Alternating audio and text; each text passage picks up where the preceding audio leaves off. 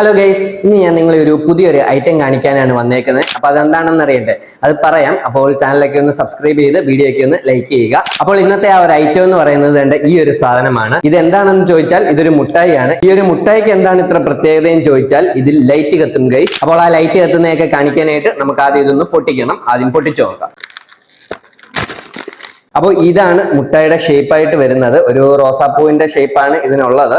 അപ്പോൾ ഇതിന് ലൈറ്റ് കത്താനായിട്ട് ആദ്യം ഒരു സാധനമുണ്ട്, അത് ഇളക്കി കളയണം. കണ്ട, ലൈറ്റ് കത്തി.